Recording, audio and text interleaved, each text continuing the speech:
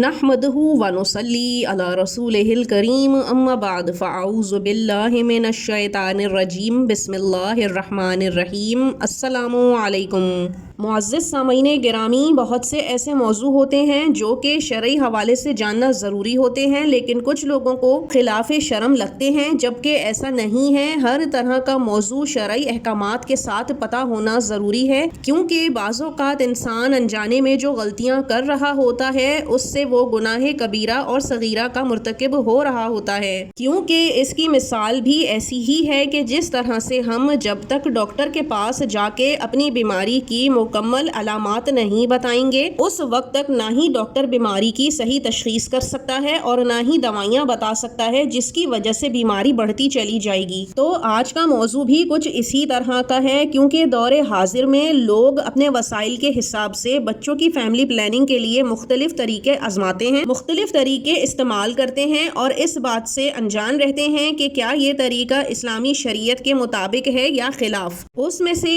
ایک طریقہ ہے کونڈم کا استعمال کرنا۔ اسلام میں کونڈم استعمال کرنا جائز ہے یا پھر ناجائز ہے، اور اگر جائز ہے تو وہ کون سی صورتیں ہیں جس میں کونڈم استعمال کیا جا سکتا ہے؟ اس سے پہلے ہم آپ کو یہ بتا دینا چاہتے ہیں کہ عہد رسالت مآب صلی اللہ علیہ وآلہ وسلم میں کچھ صحابہ کرام عزل کیا کرتے تھے اور عزل کے متعلق حدیث مبارکہ بھی ملتی ہیں۔ اب یہ سمجھ لیجئے کہ عزل کیا ہوتا ہے۔ تو جب شوہر اور بیوی جماع کرتے ہیں، یعنی خواہش پوری کرتے ہیں، تو شوہر انزال کے وقت اپنا عضو خاص بیوی کی شرمگاہ سے باہر نکال لیتا ہے اور پھر وہاں انزال کرتا ہے۔ اسے عزل کہتے ہیں۔ یعنی یوں سمجھیں کہ عزل کے متعلق علماء کرام کا اتفاق ہے کہ اگر کسی شخص کو شرعی عذر لاحق ہو اور وہ بیوی سے بھی اجازت طلب کر لے اور اس کی بیوی بھی اس کو اجازت دے دے تو اس کا عزل کرنا جائز ہے، حلال ہے، اس میں کوئی قباحت نہیں ہے۔ اب یہ تو وہ صورت تھی جو جائز ہے، اب آ جاتے ہیں کہ وہ کون سی صورت ہے جو ناجائز ہے، جو کہ اصل میں توجہ طلب بات ہے،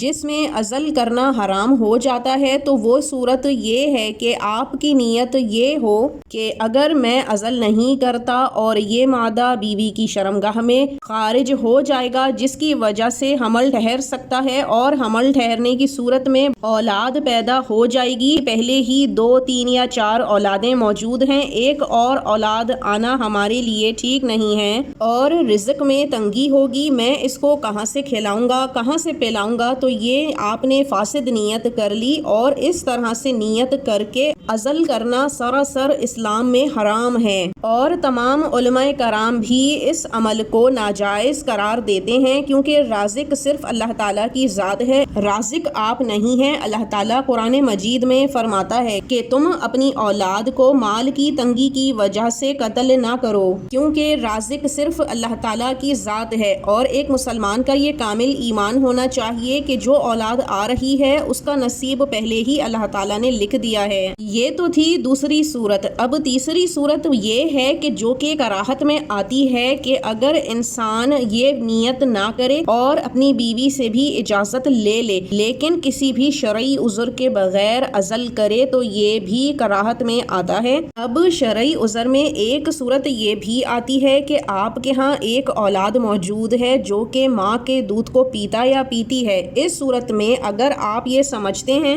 آپ انزال اپنی بیوی کی شرمگاہ میں کریں جس کی وجہ سے حمل ٹھہر جائے گا، لیکن جو دودھ وہ آپ کی موجودہ اولاد کو پلاتی ہے اس میں خرابی آئے گی یا بیوی کی صحت میں خرابی آئے گی یا پھر بچے کی صحت پر اثر پڑے گا، تو یہ صورت درست ہے، اس میں آپ عزل کر سکتے ہیں۔ جائز ہونے کی صورت یہی ہے کہ کوئی شرعی عذر لاحق ہو، یعنی کوئی ایسی بیماری ہو جو بیوی سے شوہر یا شوہر سے بیوی کو لگ سکتی ہو، تو یہ شرعی عذر میں آتا ہے۔